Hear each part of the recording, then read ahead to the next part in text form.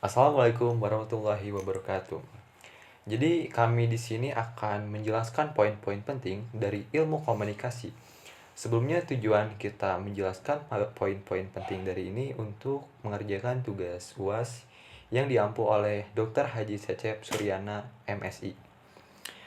Sebelumnya perkenalkan, nama saya Sena Andika Roman dengan NIM 12240601444, dan di sebelah saya ini ada teman saya. Ya, perkenalkan nama saya Rizia Jatnika dengan NIM 12240601366. Baik, langsung aja ke poin-poin yang akan kami bahas. Masing-masing poin itu ada 5, saya 5 dan teman saya Rija 5. Baik, poin pertama yang akan saya bahas adalah karena komunikasi dianggap sebagai proses sebab akibat, maka komunikasi disebut sebagai interaksi. Pernyataan yang di sini menurut saya benar. Mengapa demikian? Karena sebelum adanya komunikasi antara sesama, itu pasti ada sebab dan akibat. Semisalnya saja saya mau ngerjain tugas ilmu komunikasi. Kemudian saya berinteraksi dengan Rija soal akan mengerjakan ilmu komunikasi bareng membuat videonya. Nah, di situ tanpa kita sadari ada sebab akibatnya. Misalnya sebabnya itu saya mengunjungi Rija karena saya ada sebab untuk membuat video bersama, dan akibatnya itu misalnya aja di sini terbukti kalau akibatnya tuh kita akhirnya membuat video bersama. Kemudian poin-poin selanjutnya akan dilanjutkan oleh Rija. Selanjutnya saya akan membacakan pernyataan pertama saya yang berbunyi, ilmu komunikasi awalnya berasal dari retorika. Retorika terkenal pada zaman Socrates. Berdasarkan pernyataan ini, saya menganggap bahwa pernyataan ini ada benar adanya ya. Karena sejarah komunikasi mungkin awalnya memang eh, hanya merupakan upaya manusia untuk menyampaikan pesan atau gagasan dari komunikator kepada komunikan. Sebelumnya ilmu komunikasi tidak mendapatkan sorotan yang lebih dalam gitu. Tapi seiring dengan berkembangnya zaman, yaitu tepatnya abad kelima sebelum Masehi, ilmu komunikasi sendiri atau komunikasi itu eh, apa ya, dapat mendapatkan lebih banyak sorotan gitu. Dan muncul satu ilmu yang berfungsi untuk mengindahkan kata-kata atau berargumen, yaitu retorika. Retorika sendiri memang terjaman pada zaman-zaman filsuf ya, salah satunya Socrates. Pada zaman filsuf, tetapi pernyataan yang menegaskan bahwa ilmu komunikasi muncul atau berasal dari retorika menurut saya kurang tepat, karena ilmu komunikasi saya pikir adalah ilmu yang lahir duluan sebelum retorika, dan retorika itu ada untuk mengindahkan atau memperjelas komunikasi atau pesan yang disampaikan seperti itu. Dan untuk pernyataan nomor 2 akan dilanjutkan oleh teman saya Sen Andika, kepadanya saya persilakan. Baik, poin yang akan saya bahas berikutnya adalah di sini ada pertanyaan, pada saat kita berkomunikasi dengan suku di Sumatera akan berbeda dengan berkomunikasi dengan suku Jawa. Perbedaan ini merupakan konteks komunikasi di aspek sosial. Menurut saya, pernyataan di sini itu betul. Karena kenapa? Jika kita menyampaikan suatu informasi di Pulau Kalimantan misalnya dan di Pulau Jawa, itu pasti berbeda kan? Ya, Mungkin dari segi bahasa, bahasa. terus dari segi logatnya juga Ya, pasti beda. Misalnya kita di Kalimantan berbicara dengan menggunakan bahasa Jawa, mungkin itu orang Kalimantan kayak nggak akan ya, mengerti kan bahasa kita, apa dia ngomong apa. Terus misalnya sebaliknya juga, kita di Pulau Jawa kemudian kita menggunakan bahasa Jawa, bahasa Kalimantan, bagaimana? mungkin itu nggak akan kayak ngomong apa sih nih Ya, orang, nggak akan bakal paham. kayak gitu.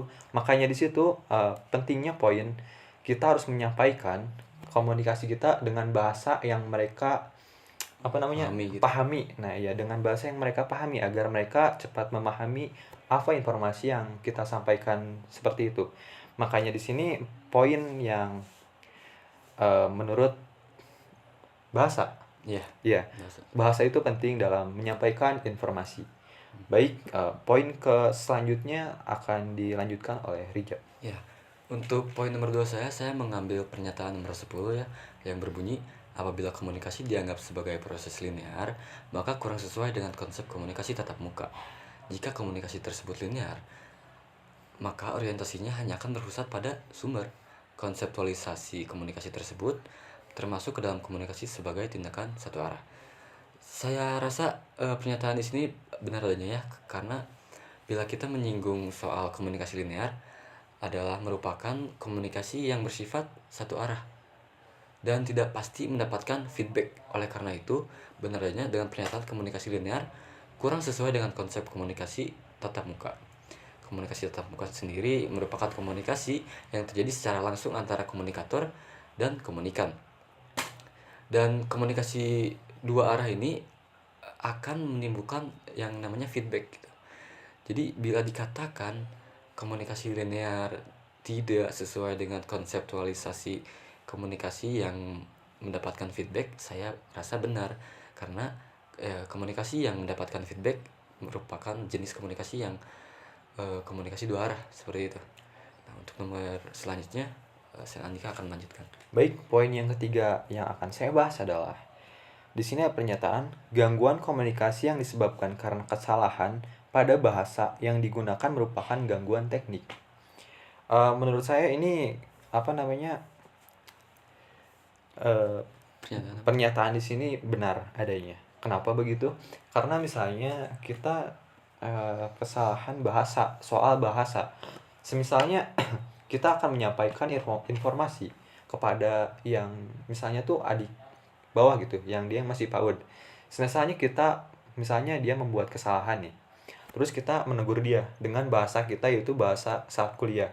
Mungkin adik kita nggak akan kayak mengerti dia ngomong apa sih. Maka dari situ kayak pembahasan yang kita keluarkan tuh harus dimengerti oleh misalnya tuh komunikannya ya harus dimengerti. Terus misalnya juga kita akan membahas sebuah informasi yang dikeluarkan kepada orang-orang desa, namun kita menggunakannya bahasa kota. Kan mungkin yang mendengarkannya juga kayak tidak mengerti kan bahasa yang kita keluarkan tuh bahasa apa. Makanya pentingnya di situ komunikasi harus menggunakan kata-kata yang dimengerti oleh komunikan. Iya, komunikannya agar informasi masuk sesuai penjelasan dan lengkap ya. Iya. Jadi tidak sampai misinformasi karena orang tersebut tidak mengerti apa dari bahasa kita. Mungkin pembahasan di situ cukup dari saya. Kemudian poin yang selanjutnya akan dilanjutkan oleh Rija. Ya. Untuk pernyataan nomor 3 saya mengambil nomor 24 ya, pernyataan yang berbunyi lambang pada dasarnya tidak mempunyai makna. Kitalah yang memberi makna pada lambang. Maka komunikasi pada prinsip ini termasuk pada proses simbolik. Membahas atau menyinggung soal pernyataan ini ya, saya rasa ini benar juga, karena lambang pada dasarnya adalah komunikasi yang sebelumnya itu udah udah dapat kesepakatan suatu kelompok gitu. Jadi sebelumnya lambang itu tidak bermakna, tetapi kita sendiri atau pikiran kita sendiri yang memberi makna pada lambang itu. Dan memang benar komunikasi ini masuk pada prinsip suatu proses simbolik seperti itu. Kemudian akan dilanjutkan oleh Sen Andika. Baik, yang selanjutnya adalah poin keempat ya. Berarti yang keempat. Yang keempat adalah kemampuan manusia berbahasa yang membedakan dengan hewan yang merupakan akibat perkembangan otak manusia. Pernyataan di sini sangat benar ya, karena kalau misalnya kita membandingkan manusia dengan hewan, kan itu sangat jauh berbeda kan. Sepertinya manusia bisa bicara. Kalau hewan mungkin dengan suaranya yang mereka miliki, seperti misalnya kucing dia hanya ngeong-ngeong doang, atau enggak anjing cuma ngegonggong doang. Ya tentu saja di situ sangat berbeda manusia dengan hewan dengan cara komunikasinya. Dibandingkan dengan manusia yang memiliki banyak cara komunikasi. Semisalnya tuh dengan mulut kan, kita saling berkomunikasi, saling berbicara dengan mulut kan. Terus juga bukan dengan mulut doang, kayak misalnya cuman pakai tangan gitu, dengan anggota tubuh kayak misalnya ya kayak gini. Terus juga bisa dengan mata, walaupun mata kita hanya untuk melihat, tapi kan bisa juga buat berkomunikasi. Misalnya kita lagi berdua nih, lagi ngobrol, terus tiba-tiba ada orang nih nggak jelas, kayak misalnya tuh berbuat tingkah, kan kita mungkin kayak ngedalai gitu. Apa sih ngedalai teh? Kayak mata kita tuh gitu, sinis gitu lah ngelihat orang itu, dia apaan sih, itu dengan bahasa mata. Ya di situ sudah jelas jadi manusia tuh memiliki banyak cara untuk komunikasi, tidak hanya mulut doang atau dengan suara atau dengan kata-kata, tapi banyak ya. Poin yang saya sampaikan Barusan cukup sekian, dilanjutkan oleh poin yang akan disampaikan oleh Rija. Ya, untuk nomor 4 saya itu mengambil pernyataan nomor 12 ya, yang berbunyi jika kita melihat konteks komunikasi dari keterlibatan jumlah pesertanya, beberapa komunikasi memiliki kesegaraan umpan balik yang tinggi, komunikasi massa memiliki kesegaraan umpan balik yang paling rendah. Nah, menurut pernyataan ini saya setuju ya, karena komunikasi massa merupakan komunikasi yang ditujukan untuk khalayak dan bersifat heterogen, yaitu kayak apa ya, heterogen tuh campur gitu lah, banyak berupa-rupa gitu. Media yang digunakan juga beragam, mulai dari audio, visual kayak radio, media cetak dan semacamnya. Ada beberapa jenis komunikasi dari berbagai karakteristiknya jika dilihat dari segera atau tidaknya mendapatkan feedback. Nah, dua jenis komunikasi itu diantaranya yang pertama ada komunikasi dua arah atau akrab dipanggil komunikasi timbal balik. Dari diksinya saja kita sudah dapat menyimpulkan ya bahwa komunikasi ini identik dengan adanya timbal balik gitu. Ya betul. Jadi kalau misalnya kita cuma ngomong tapi dia nggak dengerin itu bukan komunikasi Ya, namanya. iya, bisa gitu. Nah, sedangkan yang nomor 2 ada komunikasi massa. Tapi komunikasi ini kelemahannya adalah tidak apa ya, adanya delay akan timbal balik. Nah, karena mungkin saja media yang digunakan itu tidak secara langsung gitu. Oh, Bisa iya. mungkin online kayak Zoom Meet atau Gmeet kayak semacamnya gitulah. Mungkin kalau zaman dulu tuh pakai radio ya Nah, itu komunikasinya tuh. jadi kan itu satu arah. Nggak pasti, nggak terjamin mendapatkan feedback seperti itu. Selanjutnya akan dilanjutkan oleh Seni Andika. Baik, poin yang terakhir yang akan saya bahas adalah di sini ada ekspresi wajah intensif digunakan untuk mendapatkan penilaian yang baik dari lingkungan. Ekspresi wajah kita harus menunjukkan hal yang berbeda dari perasaan kita yang sesungguhnya.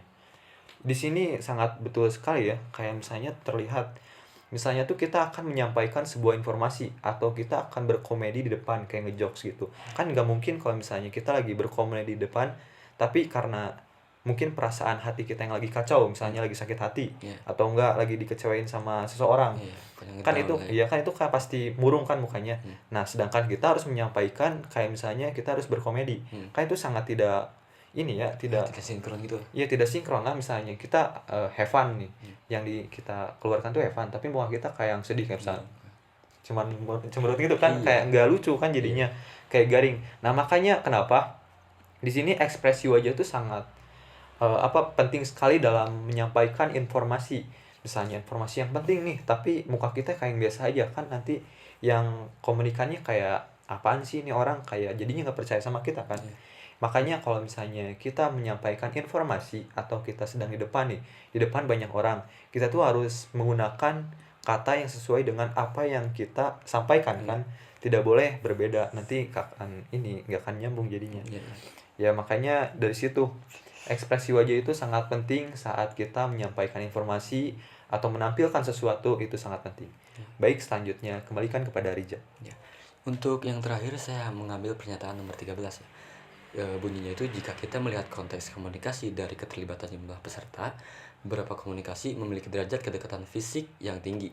Komunikasi massa yang memiliki derajat kedekatan fisik yang paling tinggi. Nah, kalau pernyataan terakhir ini saya kurang setuju ya, karena apa yang telah saya bahas di nomor sebelumnya, komunikasi massa itu dilakukan secara tidak langsung gitu. Jadi jika ada pernyataan yang bilang komunikasi massa itu memiliki kedekatan fisik yang tinggi, itu udah gak udah gak masuk. Jadi dengan komunikasi yang memiliki derajat kedekatan yang paling tinggi menurut saya adalah komunikasi dua arah, yaitu komunikasi yang dilakukan antara komunikator dan komunikan itu secara langsung gitu di satu tempat seperti itu. Ya betul, jadi kalau misalnya kita ngobrol gini nih, ini secara fisik kan dekat, Ya, dekat tapi kalau misalnya kita menyampaikan informasi depan umum itu secara jauh kan ya. Iya, belum tentu. Oleh jarak gitu dari fisiknya juga. Kedekatan Terus fisiknya. kita ngobrol juga mungkin orang lain kayak cuma mendengar kan, Iya, nggak cuma langsung ngasih feedback ya atau mengasih semacamnya feedback gitu. seperti Nah, itu. jadi untuk pernyataan terakhir yaitu komunikasi massa memiliki derajat kedekatan fisik paling tinggi, saya rasa ini kurang benar, yaitu kalau yang benar adalah komunikasi dua arah. dua arah. Iya. Seperti ngobrol seperti ini misalnya. Iya. Iya. Sudah. Ya. Mungkin yang dapat poin-poin yang dapat kami sampaikan cukup sekian karena kita diberi tugasnya untuk menjawab 3 pernyataan kan ya? 5 ya. Oh, 5 maksudnya. 5 pernyataan. Maka mungkin pernyataan yang kami bahas cukup sekian. Terima kasih. Mohon maaf bila ada kesalahan mungkin ya. Kesalahan atau mungkin jawaban yang kurang memuaskan. Tapi itu sudah kami pelajari dengan betul ya pokoknya. Pokoknya saat kita membuat video sudah siap. Mohon maaf juga bila ada gangguan dari luar seperti gangguan noise atau semacamnya. Mungkin kalau misalnya di video tuh kayak cahayaannya pencahayaannya. Kalau nggak dari audio yang mendengung mungkin ya, atau mungkin ada suara jalan dari luar atau motor kan bisa saja. Bisa saja. Itu bukan kehendak kita. Iya. Yang terpenting saya minta maaf atas kesalahan yang saya lakukan, seperti berbicara atau ada gerak tubuh saya yang tidak mengenakan, yang mungkin merujuk pada satu pihak. Saya tidak bermaksud seperti itu. Iya. Jadi itu tuh kayak plus minusnya lah ya. Iya, plus minusnya. Iya, kayak misalnya tuh gangguan dari luar tuh di luar kendali kita kan. Kita tidak bisa mengontrolnya itu ya. Ya mungkin sekian dari saya Sena Andika dan saya Riza Jatnika. Pamit undur diri. Oh. Sekiankan saja video penjelasan dari kita. Wassalamualaikum warahmatullahi wabarakatuh. Terima kasih.